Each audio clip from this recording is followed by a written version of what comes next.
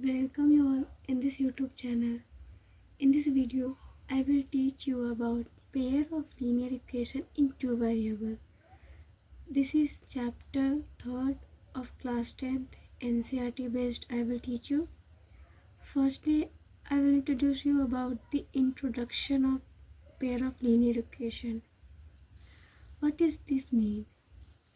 A pair of linear equation in two variables से समझ क्या है? ये एग्जाम्पल के थ्रू समझेंगे जो कि एनसीईआरटी में Akhila a girl name she wanted to ride a giant wheel and another she also wanted to play hoopla. Hoopla is a game which throw rings in some gifts. Let's talk about that example. In this example, it is given that अखिला जितनी बार giant wheel पर ride करती है उससे half वो ring throw करती है, hoopla play करती है. It means let's suppose riding of giant wheel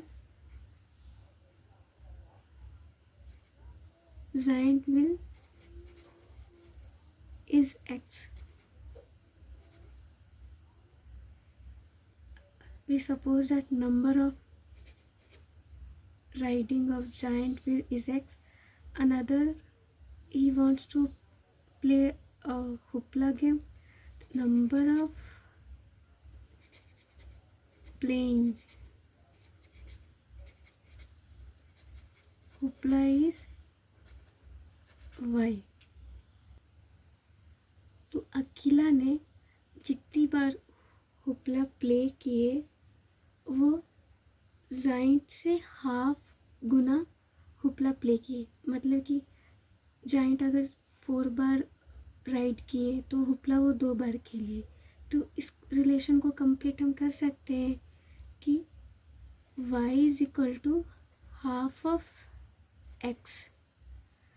और another relation is given that cost of riding of giant wheel is 3 and cost of playing hoopla is 4 and she spent 20 rupees.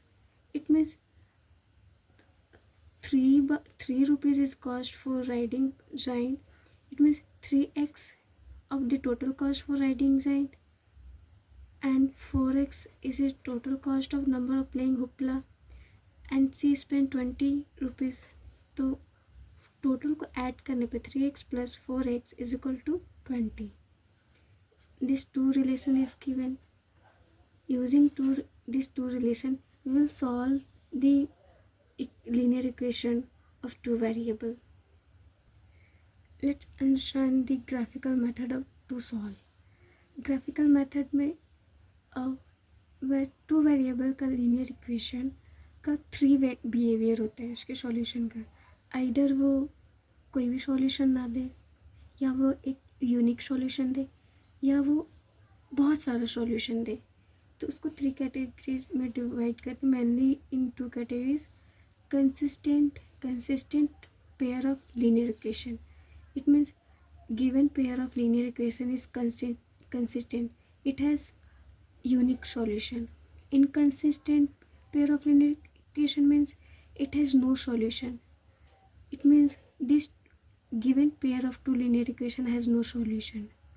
A dependent pair of linear equation का मतलब होता है has many solution. It means both pair of linear equation is dependent to each other. We will discuss about this with example. Let's consider 3 pair of linear equation. पहले consistent means unique solution. मतलब given pair of linear equation has unique solution. Inconsistent means has no solution. No solution. It means given pair of linear equation has no solution. Let's take three example of pair of linear equation. First is x minus 2y is equal to 0 and 3x plus 4y is equal to 20. Another pair of linear equation, 2x plus 3y minus 9 is equal to 0. 4x plus 6y minus 18 is equal to 0. Third pair of linear equation, x plus 2y minus 4 is equal to 0. 2x plus 4y minus 12 is equal to 0. These three pair of linear equation, we will see whether it is consistent, whether it is inconsistent, whether it is dependent pair of linear equation. इसे पहचानने के लिए कुछ sets of rules है या कह सकते हैं कुछ टर्मिनोलॉजी एक्सप्रेशन है, उसके थ्रू हम पहचान सकते हैं डायरेक्ट, और डायरेक्टली थोड़ा सा पढ़ लेने के बाद, कॉन्सेप्चुअल समझ लेने के बाद आप खुद से भी पहचान सकते हैं. Independent pair of linear equation is easy to recognize. Let's talk about how will you recognize whether it is consistent, inconsistent. For the consistent pair of linear equation, the rule is a1 divided by a2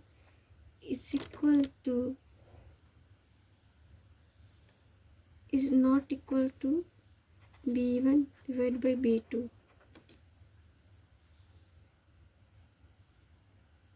Other case, a1 divided by a2 is equal to b1 divided by b2 is equal to c1 divided by c2.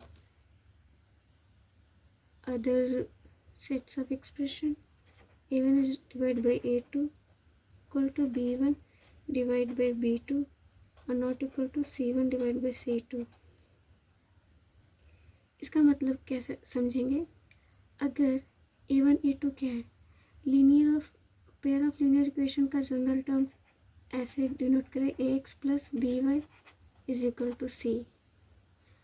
तो first pair of linear equation का ये a1 मान लेंगे. Given suppose that we have two pair of linear equation, a1x plus b1y is equal to c1, a2x plus b2y is equal to c2. Comparing this coefficient, we will recognize the whether it is consistent, whether it is inconsistent.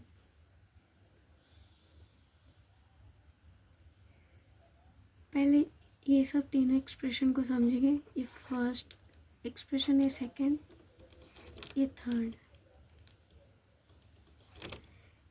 अगर ये हुआ, ये case है किसी given pair of linear equation में, इसका मतलब है कि जो पेयर ऑफ लीनियर इक्वेशन है उसका एक कोई यूनिक सॉल्यूशन है. इट मीन्स ये कंसिस्टेंट है. कंसिस्टेंट अगर इस तरह से कोई है, तीनों उसका ईच कोएफिशिएंट का रेशियो इक्वल है, इसका मतलब है कि ये कोइंसाइड कर रहा है, मतलब dependent pair of linear equation है. ये डिपेंडेंट है, या कह सकते हैं इनफाइनाइटली मेनी सॉल्यूशन.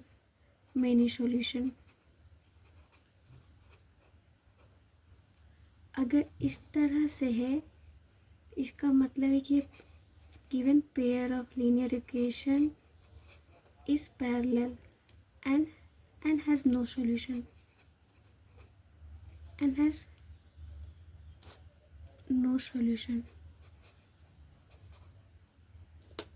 तो हम लोग गिवन एग्जाम्पल को कंपेयर करेंगे इन दिस थ्री केसेस.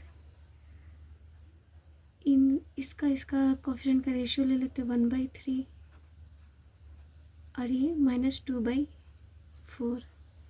ये दोनों इक्वल नहीं है, इसका मतलब है कि ये कंसिस्टेंट है और हैज़ यूनिक सॉल्यूशन. डायरेक्टली लिख देंगे यूनिक सॉल्यूशन. इसमें देखेंगे 2/4 और ये 3/6. 2/4 इज इक्वल टू 1/2। ये भी 3/6, 3 डिवाइड बाई 6 मतलब 1/2, ये भी 1/2 आ रहा है। -9 और -18 का रेशियो लेंगे तो ये भी 1/2 आ रहा है। तो इसका मतलब है कि ये हैज़ मैनी सॉल्यूशन, और ये dependent pair of linear equation है।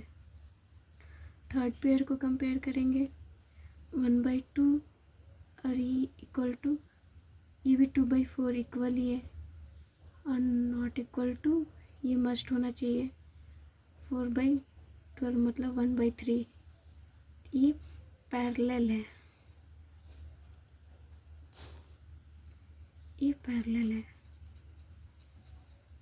इसका मतलब कि has no solution.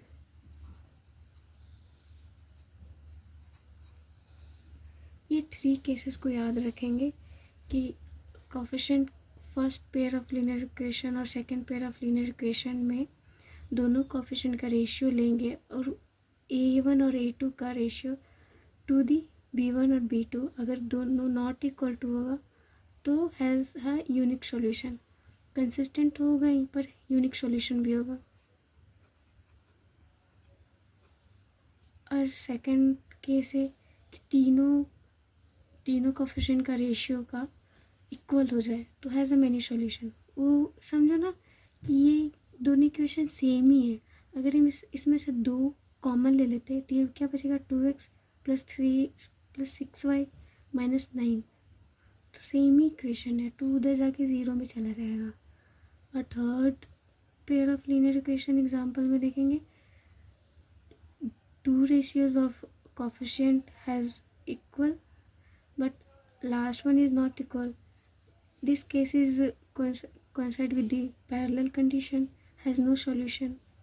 These 3 conditions should be remembered by us because with this help we will recognize the whether pair of linear equation has a unique solution or not. Now let's solve this pair of linear equation with the help of the graph. Graph बनाने के लिए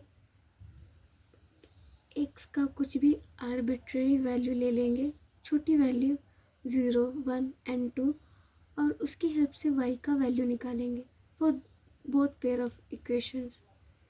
और इसकी help से जो भी हमें values आएगी x पुट करने पे y की, वो ग्राफ पेपर पर यानी x एंड y एक्सिस पे की हेल्प से पुट कर देंगे और ग्राफ बना लेंगे। अगर ये एग्जांपल में मैं ले लेती हूँ x - 2y = 0,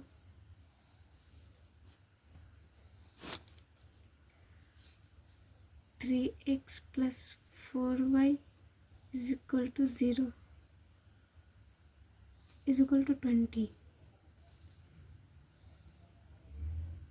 तो x का वैल्यू 0 रखने पे ग्राफ बनाने के लिए सबसे पहले ये बनाना ज़रूरी होता है। ये एक टाइप का टेबल हेल्प मिलेगा।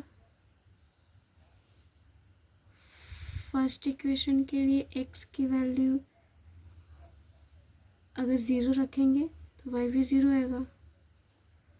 अगर x1 x2 रखेंगे तो y क्या आएगा 1 आएगा। वैल्यू सॉल्व करके देख लेंगे। और सेकंड इक्वेशन के लिए भी y कुछ वैल्यू रख लेते हैं। अगर x 0 रखेंगे तो y क्या आएगा 5 आएगा।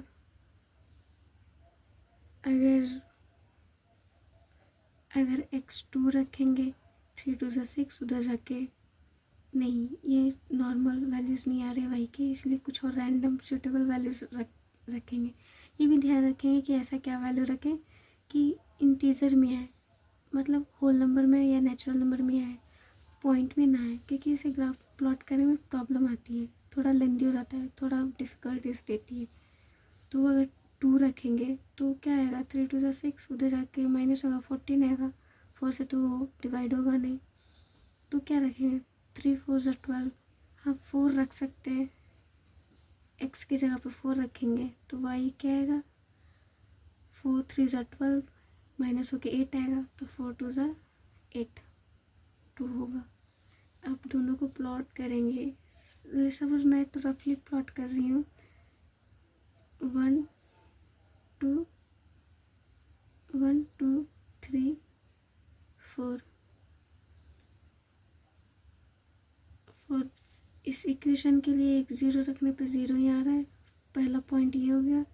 दूसरा पॉइंट 2 and 1, तो 1 2 3 4 5, 2 and 1 दूसरा ये हो गया, सॉरी 2 and 1 ये हो गया।